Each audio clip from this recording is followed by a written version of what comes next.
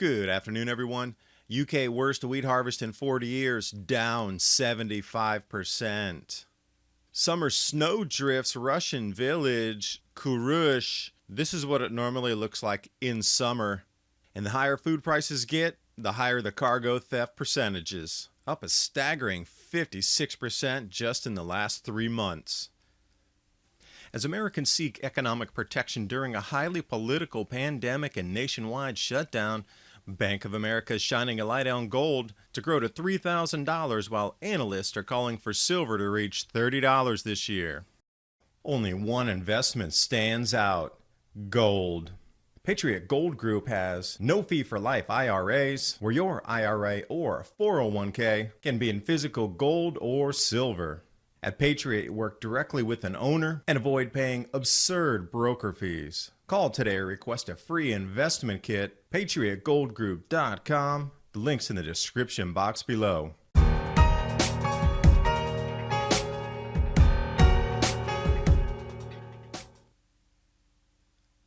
And another example of a grand solar minimum crop loss is UK's worst wheat harvest for 40 years. Bread prices already increasing. Government there is trying to say it's because of Brexit, but in reality it's because of a 400-year solar cycle. And in that second sentence there, they say the agricultural industry warns that due to late autumn heavy rains, only 40% of the usual amount of wheat crop was planted. And what that translated into was, instead of harvesting 2,500 tons of wheat, they harvested 580. That's nearly a 75% drop. And notice where the extremes were in the planting season and the harvest season. Poor quality harvest, a repeat in history, and is one of the main catalysts, I do believe, for all this narrative distraction that you're seeing. They want to talk about a no-deal Brexit. What about the climate?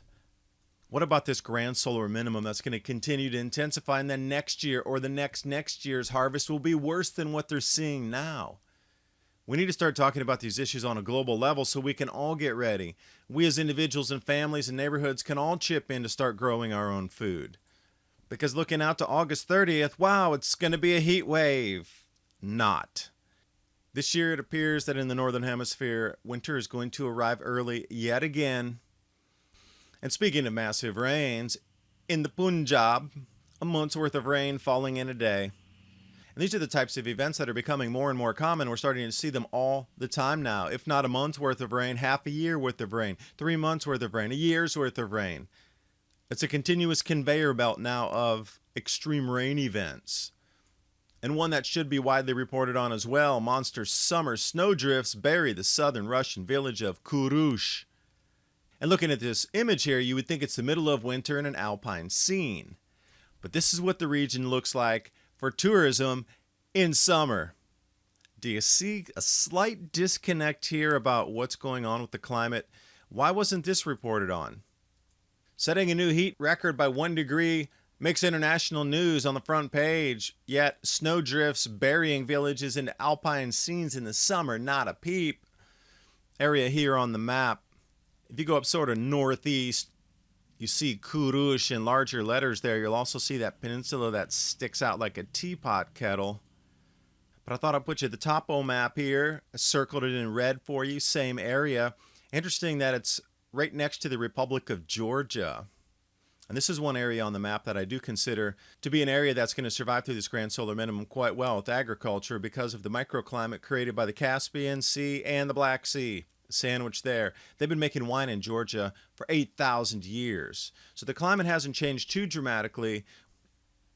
So off of Instagram, some of the images here about the snowdrifts in the middle of summer when those should be green hills right now. This is such an anomalous storm coming through, dumping feet and then drifting.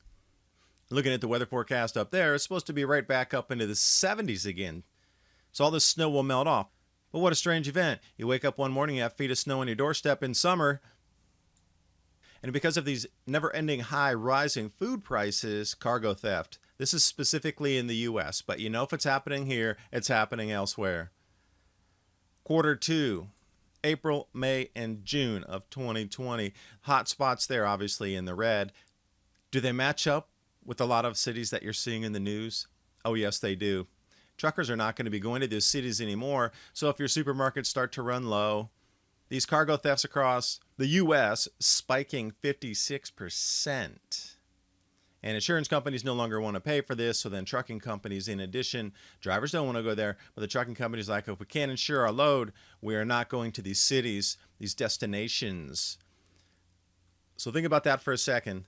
If the trucks stop, your lives stop.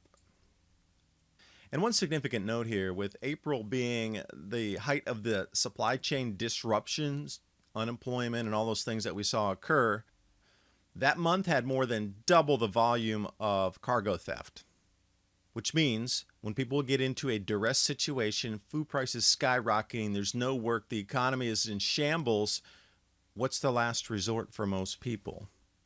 And if you had a crystal ball, do you think cargo theft would increase as we march through lockdown 2.0 and get into next year? That's more of a common sense question than a crystal ball question, I guess. But during these times of uncertainty, how prepared are you for disruptions in the supply chain and your food sources?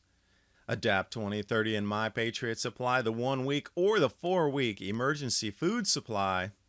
25-year shelf life, giving you the peace of mind knowing that you have food stored, and if supermarkets are having a problem, you can ride it out for the short term. Thanks for watching. Hope you got something out of the video. It's a great way to support the channel, and I will see you next time.